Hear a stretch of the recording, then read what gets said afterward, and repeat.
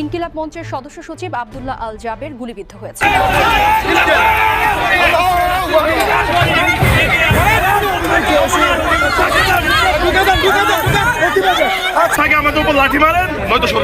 আপনারা জাবেরের গায়ে গুলি করছেন, এখন বলতে পারতেছেন না। হয় ধাক্কা দিবেন। ইনকিলাব মঞ্চের জাবের গুলিবিদ্ধ।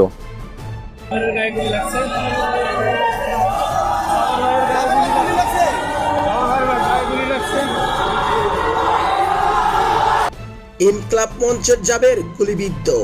ইনকিলাব মঞ্চের সদস্য সচিব আব্দুল্লাহ আল জাবের গুলিবিদ্ধ হয়েছে।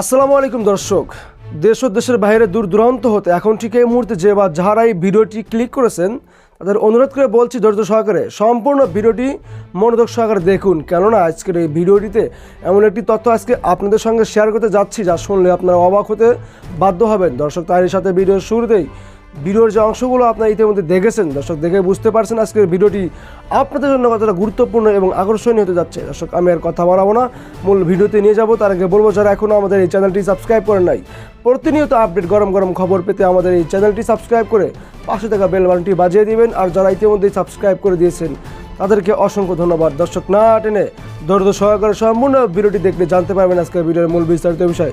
দর্শক, চলুন একটি লাইক দিয়ে সম্পূর্ণ ভিডিওটি আমরা মনোযোগ সহকারে দেখে আসি। ইনকিলাব মঞ্চের সদস্য সচিব আব্দুল্লাহ আল জাবের গুলিবিদ্ধ হয়েছেন। শুক্রবার বিকেলে এক বার্তায় এ তথ্য জানিয়েছে ইনকিলাব মঞ্চ। এছাড়া আহত হয়েছেন রাকসু জিএস, সালাউদ্দিন আম্মার। ইনকিলাব মঞ্চের দেয়া বার্তায় বলা হয়, জাবের ভাই গুলিবিদ্ধ, জুমা শান্তাকে বুট দিয়ে পাড়ানো হয়েছে। বিকেল 4টার দিকে ইন্টারকন্টিনেন্টাল মোড়ে সমাবেশ করছিল ইনকিলাব মঞ্চ। তারা ব্যারিকেড ভেঙে প্রধান উপদেষ্টার বাসভবন যমুনার দিকে যাওয়ার সময় পুলিশ বাধা দেয়। এ সময় হতাহতের ঘটনা ঘটেছে। সাউন্ড গ্রেনেড মারা হচ্ছে এবং ইনকিলাব মঞ্চের সদস্যরা এখানে যমুনার ভিতরে প্রবেশ করার জন্য তারা কিন্তু ইন্টারকন্টিনেন্টালের সামনে যে ব্যারিকেড আছে সেই ব্যারিকেড ভেঙে কিন্তু তারা এখানে ভিতরে প্রবেশ করেছে। ওইখানে জল কামান এবং সাউন্ড গ্রেনেড মারা হচ্ছে। আমরা যদি আপনাদেরকে দেখাই, এখানে কিন্তু তারা ভিতরে ঢুকে পড়েছে। এখানে আরেক দফা পুলিশ ব্যারিকেড এবং বিজিবি এখানে মোতায়েন করা হচ্ছে, তারা কিন্তু এখানে আছে। ওইখানে সাউন্ড গ্রেনেড এবং টিয়ার সেল মারা হচ্ছে। কিন্তু কয়েকজন ভিতরে প্রবেশ করেছে, আপনাদেরকে যদি একটু দেখানোর চেষ্টা করি। তাদেরকে বুঝিয়ে সরানোর চেষ্টা করছেন পুলিশের পক্ষ থেকে, কিন্তু উত্তেজনা খুব বিরাজ করছে। তারা এখানে ব্যারিকেড ভেঙে প্রবেশ করার চেষ্টা করছে, কিন্তু আইন শৃঙ্খলা বাহিনী সতর্ক অবস্থানে রয়েছেন।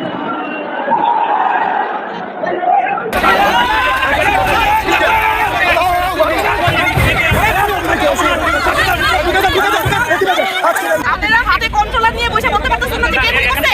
আপনারা সরে যান।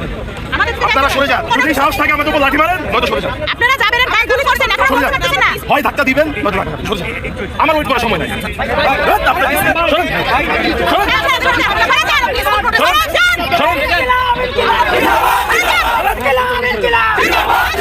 ভাই সরান, জিনিসটা আর ভালো হবে না।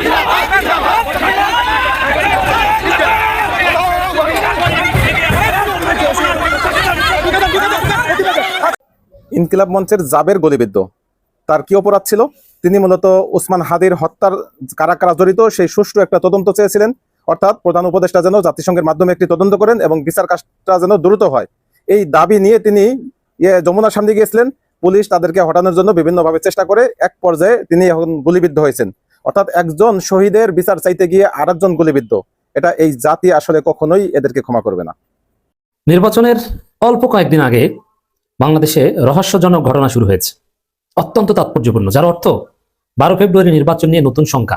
আসলে নির্বাচন হবে তো? দর্শক, একদিকে নবম পে স্কেলের গেজেটের দাবিতে যমুনা অভিমুখে সরকারি চাকরিজীবীরা মিছিল করছে। একটু কমন সেন্স খাটান, আর কয়েকটা দিন পর, এখন ঘন্টা গণনা শুরু হয়েছে, কয়েকশো ঘন্টা পর জাতীয় নির্বাচন। এখন এই সরকার পে স্কেলের গেজেট দেবে। পে স্কেল একটা নির্বাচিত সরকারও 5 বছর বসে একটা দিতে পারে না, সর্বোচ্চ একটা দেয়। সেখানে যাওয়ার কয়েকশো ঘন্টা আগে গেজেট দিবে কেন? এটা কোনো কথা? তাও আবার সরকারি কর্মকর্তা কর্মচারীরা মিছিল করছে। তাহলে এর অর্থ কি দাঁড়ায়? যে সরকারি কর্মকর্তা কর্মচারীরা নির্বাচন চান না। তারা মনে করেন, স্বাভাবিক তো হওয়ার কথা এটা, যে ঠিক আছে পে স্কেল কমিশন গঠন করে দিয়েছে, সব কাঠামো ঠিক করে দিয়েছে, পরবর্তীতে যারা ক্ষমতায় আসবে তারা এটা গেজেট প্রকাশ করে বাস্তবায়ন করবে সাথে সাথে। কিন্তু না, সরকারি কর্মকর্তা কর্মচারীদের বিশ্বাস নেই।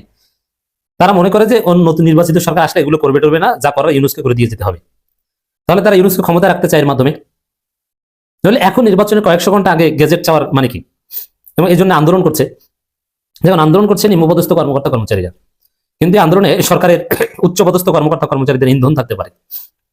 এবং সরকারি কর্মকর্তা কর্মচারীরা তারা যমুনার সামনে মারমুখী অবস্থানে, পুলিশ তাদেরকে বাধা দেয়, ধাক্কাধাক্কি মারামারি কাটাকাটি লেগে যায়, এবং পুরো পুলিশ প্রশাসন চিন্তিত। এখানে আইজিপি চলে আসেন, ডিএমপি কমিশনার চলে আসেন, তারা পরিস্থিতি স্বাভাবিক করার চেষ্টা করছেন, অনেক কিছু আমরা দেখতে পাচ্ছি। এতে একটা পর্যায়ে সরকারি কর্মকর্তা কর্মচারীরা যদি বলে যে আমরা নির্বাচনের ডিউটি পালন করবো না, আমাদের পে স্কেলে গেজেট না দিলে, তাহলে আপনি কি করবেন? পরিস্থিতি যেদিকে যাচ্ছে, এরকম অস্বাভাবিক কিছু ঘটলে করতে পারে। শুধু কি দেখেন, দেশে কয়েকটা অস্বাভাবিক ঘটনা একসাথে ঘটছে। নাম্বার 1, এই পে স্কেলের দাবিতে যমুনা অভিমুখে আন্দোলনে উত্তাল, এবং এটা যে কোনো সময় অঘটনের রূপ নিতে পারে। চট্টগ্রাম বন্দর অচল, শত কোটি টাকা ছাড়িয়ে ক্ষয়ক্ষতির পরিমাণ 1000 কোটি। আপনি চিন্তা করছেন, পে স্কেল বাস্তবায়ন করতে পারে না, টাকা নাই, ঋণ দেওয়া লাগে, সেখানে 1000 কোটি টাকার ক্ষতি হয়ে গেছে চট্টগ্রাম বন্দরে বিএনপিপন্থী শ্রমিকদের নাশকতার কারণে, মবের কারণে। এখন সরকার যদি এটা দমন করা শুরু করে, যে রাখ তো নির্বাচন, আগে এগুলো সব ঠিক করে নি, পে স্কেল ঠিক করে নি। সরকারি কর্মকর্তারা যদি বলে যে নির্বাচন পরে, আগে পে স্কেল দিয়ে স্থিতিশীল করেন, আমাদের শান্ত করেন। আবার ওদিকে শরীফ ওসমান হাদির হত্যার বিচারের দাবিতে ইনকিলাব মঞ্চের অবস্থান। এর মানে চারদিকে কিন্তু একটা অস্থিরতা। নির্বাচনের আগে এটা কোনো স্বাভাবিক প্রত্যাশিত দৃশ্য নয়। তো এইগুলো যদি এক্সিলারেট হতে থাকে, জটিল রূপ ধারণ করতে থাকে, তাহলে নির্বাচন হবে কিভাবে? Is it possible? আমি মনে করি যে না। এর মানে দেশে যে কোনো সময় অনাকাঙ্ক্ষিত ঘটনা ঘটতে পারে, সতর্ক থাকতে হবে। তবে it depends on Yunus capacity. Yunus যদি এই শেষ সময়ের যে আন্দোলনগুলো, এগুলো ডিল করতে পারেন, দেখেন এগুলো যদি দমন করতে চান, তাহলে উল্টো অ্যাকশন হবে। সাপোজ সরকারি কর্মকর্তা কর্মচারীদের উপর সাউন্ড গ্রেনেড বা গুলি টুলি মেরে একদম 2-1 হত্যা করে আন্দোলন ডিসপার্স করে দিল। শরীফ ওসমান হাদির স্ত্রী সহ এদেরকে ধাওয়াই ওখান থেকে পাঠাই দিল। এবং চট্টগ্রাম বন্দরে বিএনপিপন্থী যে চাঁদাবাজির দাবিতে যে আন্দোলন করছে বিএনপির শ্রমিকরা, ওদেরকে গ্রেপ্তার করলো। এরপরে যে আফটারম্যাথ হিসেবে যে পরিস্থিতি তৈরি হবে, এটা কি এই সরকার সামাল দিতে পারবে? It's not possible. তখন কি হবে? তখন নির্বাচনের কোনো পরিবেশ থাকবে না। এখন এই যে অস্থিতিশীল একটা পরিস্থিতি, যে আন্দোলন চলছে, চারদিকে ছড়িয়ে পড়ছে, এর পেছনে বিএনপি ষড়যন্ত্র থাকতে পারে। কারণ বিএনপি এখন নির্বাচন মনে মনে চায় না, উপরে বলার সাহস নাই। কেন? কারণ নির্বাচন হলে বিএনপির পরাজয় নিশ্চিত, তাদের চোখের সামনে জামাত জিতে যাবে, এটা হতে পারে না। এখানে একটা হিসাব বুঝাই দেখেন, জামাতের কোনো লাভ ক্ষতি নেই। সাপোজ এবার যদি জামাত এনসিপি জোট ক্ষমতায় আসে, তাহলে আলহামদুলিল্লাহ ক্ষমতা এসে গেছে। আর যদি ক্ষমতায় না আসে, তাহলে সেকেন্ড বিরোধী দল, তা তো আলহামদুলিল্লাহ। কারণ এবার বিরোধী দল যদি হয়, তাহলে পরের বার নিশ্চিত ক্ষমতায়। আর জামাত এবার ক্ষমতায় গেলে পরের বার বিরোধী দল, এটাও নিশ্চিত। কারণ পরপর 2বার বাংলাদেশের মানুষ কোনো একটা দলকে নির্বাচিত করে না এবং করা উচিত নয়। অতএব জামাতের কোনো লস নাই, সবাই পালায় কিন্তু জামাত পালায় না। কিন্তু এবং জামাতের ম্যানিফেস্টো দেখেছেন, সরকারে আসলে কি এটাও তারা বলছে, বিরোধী দলে গেলে কি করবে তাও দেখেছে। এর মানে সরকারি দলে যাওয়া এবং বিরোধী দলে যাওয়া, 2 প্রস্তুতি জামাতের রয়েছে। অতএব জামাতের এখানে কোনো হারানোর কিছু নেই এবং তারা কোনো আনপ্লেজেন্ট সিচুয়েশনে পড়বে না। তারা 2টার জন্য প্রস্তুত, তারা অপটিমিস্টিক। কিন্তু বিএনপির সামনে একমাত্র রাস্তা ক্ষমতায় যাওয়া। ক্ষমতায় গেলে বিএনপি আছে, না গেলে নাই, বিএনপি শেষ। ক্ষমতায় না গেলে, না যেতে পারলে দেখবেন যে বিএনপি ধ্বংস হয়ে যাবে। তারেক রহমান লন্ডনে পালাবে। অবশ্য তারেক রহমানকে কেউ গ্রেপ্তার করবে না, কিন্তু তারপরে তিনি লন্ডনে চলে যাবেন, বলবেন যে নিরাপত্তা নেই, অমুক তমুক হ্যাং ট্যাং। এরপর বিএনপির লোকজন অন্য দলে যোগ দেবে, একটা বিরাট অংশ জামাত ইসলামীতে যোগ দেবে। অলরেডি দেখেছেন নির্বাচনের আগে হাজার হাজার বিএনপি নেতাকর্মী জামাত ইসলামীতে যোগ দিয়েছে। নির্বাচনের পর দেখবেন যে হাজার হাজার বিএনপি নেতাকর্মী এনসিপিতে যোগ দিচ্ছে, এবং কেউ কেউ বামপন্থী সংগঠনে যোগ দিবে। পিনাকি ভট্টাচার্য এরকম একটা কথা বলেছে, এটা আমি বেশ আগে থেকেই বলে আসি। তো দর্শক, এই পরিস্থিতিতে যেহেতু বিএনপির সামনে ক্ষমতায় আসা ছাড়া অন্য কোনো উপায় নেই, আবার বিএনপি স্পষ্ট দেখতে পাচ্ছে যে নির্বাচনে তাদের ভরাডুবি অপেক্ষা করছে ডাকসুর মতো, সেই জায়গায় নির্বাচন পেছানো বা এরকম একটা অপ্রীতিকর পরিস্থিতি তৈরি করা তাদের উদ্দেশ্য থাকতে পারে এবং এর পেছনে তারা থাকতে পারে, জড়িত থাকতে পারে। তো দর্শক, খবর দেখেন, নবম পে স্কেলের গেজেট দাবিতে যমুনা অভিমুখে সরকারি চাকরিজীবীরা। যেই মুহূর্তে পুরো জাতির দৃষ্টি থাকা দরকার নির্বাচনী প্রচার প্রচারণার দিকে, জামাত অলরেডি ম্যানিফেস্টো দিয়েছে, বিএনপি ম্যানিফেস্টো দিবে, এগুলো নিয়ে বিচার বিশ্লেষণ, আবার সামনে বিটিভিতে ভাষণ দিবে, নানান ডাক্তার শফিকুর রহমান কি বলছেন, তারেক কি বলছেন, নাহিদ কি বলছেন, এগুলো নিয়ে কথাবার্তা বলা উচিত। কিন্তু না, সবার দৃষ্টি এখন যমুনার দিকে, চট্টগ্রাম বন্দরের দিকে, শরীফ ওসমান হাদির অনুসারী বা ইনকিলাব মঞ্চের দিকে। এটা কি কোনো স্বাভাবিক পরিস্থিতি? না। তো দর্শক, শুক্রবার ইন্টারকন্টিনেন্টাল পাশের সড়কে পুলিশের দেওয়া ব্যারিকেড ভেঙে যমুনার দিকে যাচ্ছেন তারা। নির্বাচনের আগে অতীতে দেখেছেন। এর মানে আসলে সরকারি কর্মকর্তা কর্মচারীরা নির্বাচিত সরকার যারা আসবে তাদের উপর আস্থা রাখতে পারছেন না, তারা কিন্তু পারবে বলেও বিশ্বাস করছেন অনেকে। তারা যদি ইউনুসই ভালো এইটা মনে করেন, তো হঠাৎ যদি সরকারি কর্মকর্তা কর্মচারী বলে যে না ইউনুস থাকুক, তাহলে আপনি কি করবেন? বলা যায় না। দেখেন, অতীতে যখন বাংলাদেশে যখন নির্বাচন বানচাল হয়েছে, কখনো কখনো 8 দিন আগে 10 দিন আগে হয়েছে। এবার 72 ঘন্টা, আমি নির্বাচনের 1 ঘন্টা আগেও বলবো না যে কোনো শঙ্কা নেই, শঙ্কা থাকবে। তবে আমরা শঙ্কার কথা বলছি, আশা করি এগুলো বিবেচনায় নিয়ে সরকার পরিস্থিতি সামাল দেওয়ার চেষ্টা করবে। কারণ নির্বাচন হওয়াটা জরুরি। নির্বাচন যদি হয়ে যায়, গণভোট যদি হয়ে যায় এবং সেটা যদি সুষ্ঠু হয়, বাংলাদেশ বদলে যাবে। ইউনুস আপনাকে একটা পে স্কেল দিতে পারবে। আর সুষ্ঠু নির্বাচনের মাধ্যমে জামাত ক্ষমতায় আসলে বাংলাদেশ হবে সিঙ্গাপুর, দক্ষিণ কোরিয়া।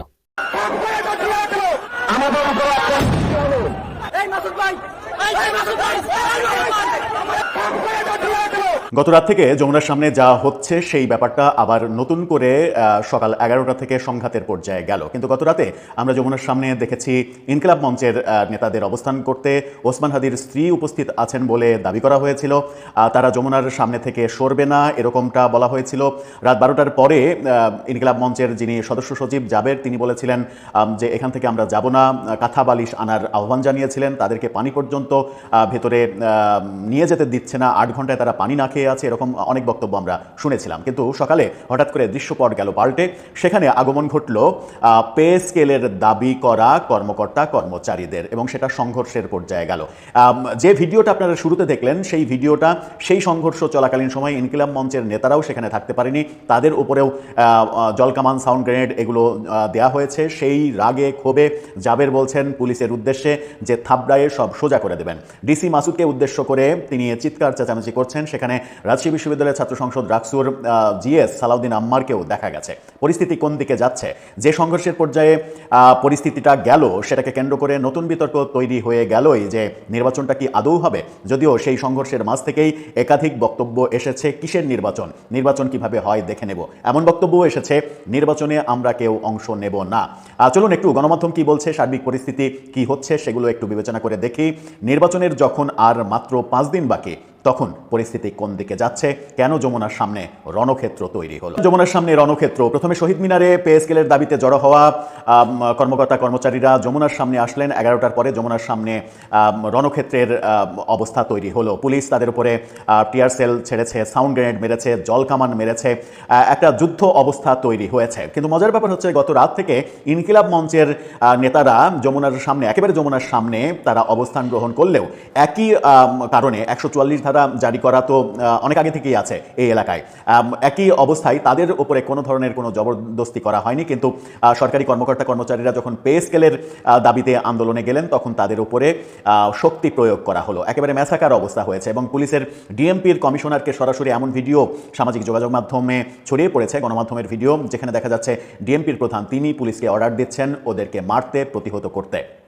এই ঘটনায় আমরা সর্বশেষ যে খবরটা জানি, সেই খবরে ডিসি মাসুদ, রমনা অঞ্চলের যে ডিসি, সেই ডিসি মাসুদ সহ অনেক পুলিশ আহত হয়েছে, আন্দোলনকারীদেরও অনেক আহত হয়েছে এবং অনেককে গ্রেপ্তারের ঘটনাও ঘটেছে।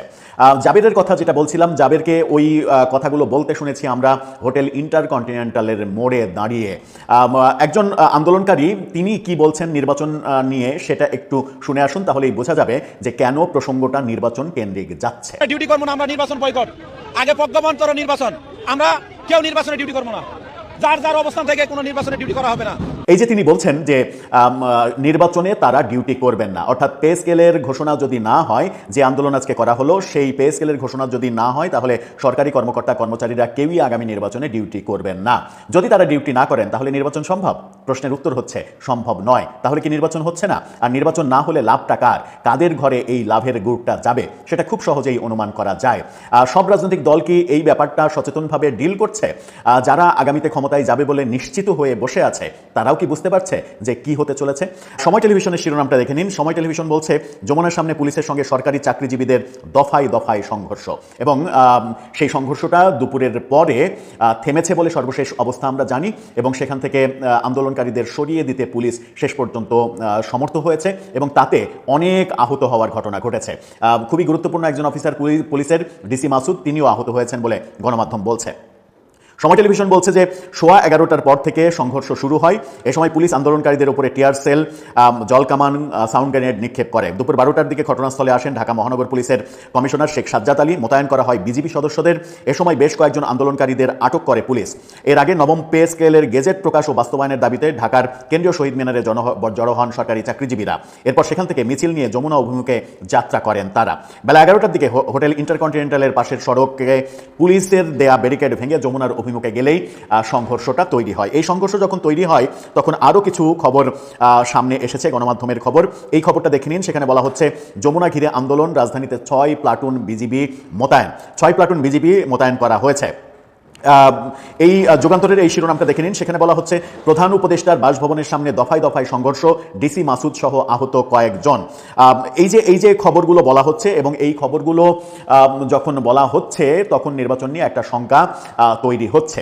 পে স্কেলের যে দাবিটা করা হচ্ছে যে ঘোষণা করতে হবে, পে স্কেলের এই নাটকটা সরকার যদি তার মেয়াদের শেষ বেলায় এসে না করত, তাহলে কি এই আন্দোলন এই পর্যায়ে যেত? পে স্কেলের সব কিছু তারা তাদের কমিশন দিয়ে সুপারিশ করিয়ে নিয়েছে, প্রস্তাবনা দেওয়া হয়েছে, মানে 150 টাকার বেতন 250 টাকা হবে এরকম সুপারিশ করা হয়েছে, যেটা বাংলাদেশ সরকারের বাংলাদেশের যে বর্তমান অর্থনৈতিক অবস্থা, সেই অবস্থায় কোনোভাবেই বাস্তবায়নযোগ্য নয়।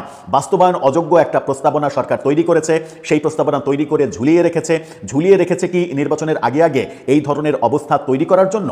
আসলে হচ্ছেটা কি? পে স্কেলের যে সুপারিশ তৈরি হয়েছে, একজন সরকারি কর্মকর্তা কিংবা কর্মচারীর মিনিমাম 2.5 গুণ বেতন বাড়ানোর যে সুপারিশ, সেটা বাংলাদেশের বিবেচনায় কোনোভাবেই কি গ্রহণযোগ্য? সরকারি চাকরিজীবীদের আপনি 100 টাকার বেতন 250 টাকা করে দেবেন, পেনশন 1 টাকার পেনশন 2 টাকা করে দেবেন, 2.5 টাকা করে দেবেন। এই যদি অবস্থা হয়, তাহলে বেসরকারি সরকারি চাকরিজীবী আর কয়জন? বেসরকারি যে লক্ষ কোটি মানুষ চাকরিজীবী, তারা কি করবে? তাদের কি অবস্থা হবে? সুপ্রিয় দর্শক, দেখলেন সেই কাঙ্ক্ষিত গুরুত্বপূর্ণ এই ভিডিওটি। দর্শক, এই ভিডিওটি দেখে কি জানলেন? আপনার গুরুত্বপূর্ণ মতামতটা আমাদের কমেন্ট বক্সে অবশ্যই জানিয়ে যাবেন, এবং ভিডিওটি শেয়ার করে সবাইকে দেখার সুযোগ করে দেবেন। আর এরকম প্রতিনিয়ত আপডেট গরম খবর পেতে আমাদের এই চ্যানেলটি সাবস্ক্রাইব করে রাখবেন। আজকের মতো এখানে বিদায় নিচ্ছি, দেখা হবে নতুন একটা ভিডিওতে। ততক্ষণ পর্যন্ত সুস্থ থাকবেন, ভালো থাকবেন, আল্লাহ হাফেজ।